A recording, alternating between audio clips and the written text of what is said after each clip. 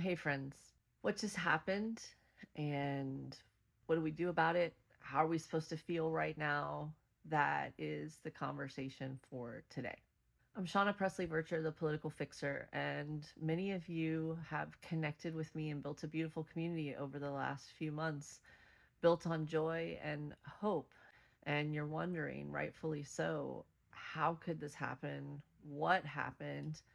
And where do we go from here? Before we pour into data and numbers and try to look at the analytics of what happened, no matter what those numbers show, no matter what the future reveals as far as what happened on the day that people cast the votes that they did, what we do know is a number of people let us down. It's really going to feel like grieving a death right now for a lot of people.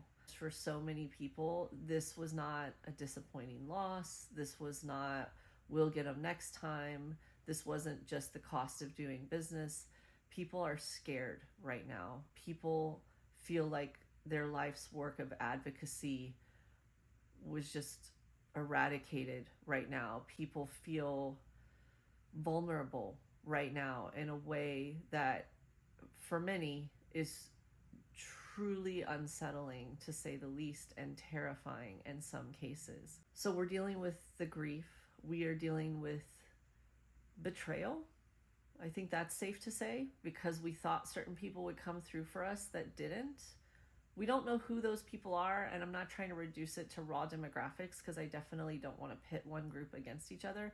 But it doesn't matter how you identify the group that let us down. They did, and that feels like a betrayal. And I'm not being honest with you all if I don't acknowledge the anger. I'm not going to choose to direct that at anyone, because I don't know that that's healthy. I will just choose to say that there is a very raw, how could you do this? That anger is there. So be mindful of it. Swallowing it, I don't feel is necessarily helpful, but when you are now settling into the release of the shock and the self-care routine that I hope some of you are going to try to do, make space to come to terms with that anger and see how you can turn it into something you can move beyond enough to carve out a life for yourself over these next few years. Please don't let it consume the best parts of you. Before I pivot to the future, I bet on us big time. I was all in. I was ready with the t-shirts printed, and this is a new day, and women are going to rise, and we're building a new future. I was ready. I sincerely, as a person, wanted that. As an expert in the numbers, I saw it. Am I disappointed that I bet on us and I feel like America let us down? Yes. But do I want to become the type of person that doesn't believe that a better path forward is possible? No. I'll have to live with a lot over the next several months or years, as all of us will, but regret, not one of them. So what's next for you? What's next for us? Okay, so let's start with you, who are on my mind right now. First thing is, you're going to process your grief differently. I need you to think about another grief moment that maybe was clearer, non-political, the loss of a loved one, something like that. I need you to think about that and think about how you dealt with it. You do tend to behave in patterns. So think about that. Try to proactively plan for that and do your process, but with guardrails, right? So that's my very top concern, is you. And if that means you need to take a step back, whatever that looks like for you, your self-care is absolutely critical. And if you need to hear this right now, you are so important. You are so wanted. You're so valuable. But after we have taken that moment to breathe, then we're going to need to understand that a big shift is going to happen. It's already happening. So we went from thinking very big, big ideals, turning the page on the nation, making history. And now I need you to think more small, localized, extremely important. first things first, we need to find our people.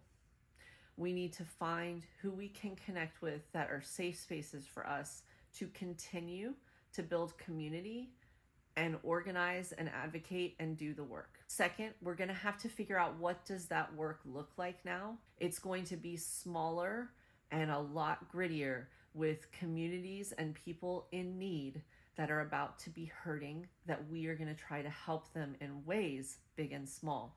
We have to pivot very, very quickly to, how do we organize in this new day, take care of each other, protect each other, take care of our communities, our families, and then with whatever we can muster as far as strength beyond that, help as many in need as we can. That is the next step in advocacy, and it's okay to not be ready for that today, but I want to plant it back there so that you're ready when you're ready. And what's next for our political fixer community? I am a social justice advocate from a childhood of trauma. I am used to gut-wrenching disappointments. Even so, this one was very, very tough. It was a tough loss. But for me, it just means that we pivot. And now political fixing is not building a brand new, shiny government with her at the helm. Political fixing is working on continuing to build this community, bring you as much accuracy and calls to action that we can all participate in. And yes, reassurance, because we need to reassure each other in this brand new day. Our work, unfortunately, becomes more important. So I know there's a lot of work to do, and I'm here for it. And I want to hear from all of you. I do hope that you will take a beat, but plug back in, because we do need you now more than ever. This is going to be tough, but you know what makes it bearable is not doing it alone. And you're not alone. None of us are alone. You just turned me from a hope and joy warrior to the biggest dragon slayer this nation has ever seen. Let's make some very good trouble together, shall we? Until next time, I'm Shauna Presley Vircher, the political fixer, and message me. Let me know you're doing okay. All right? Love you guys.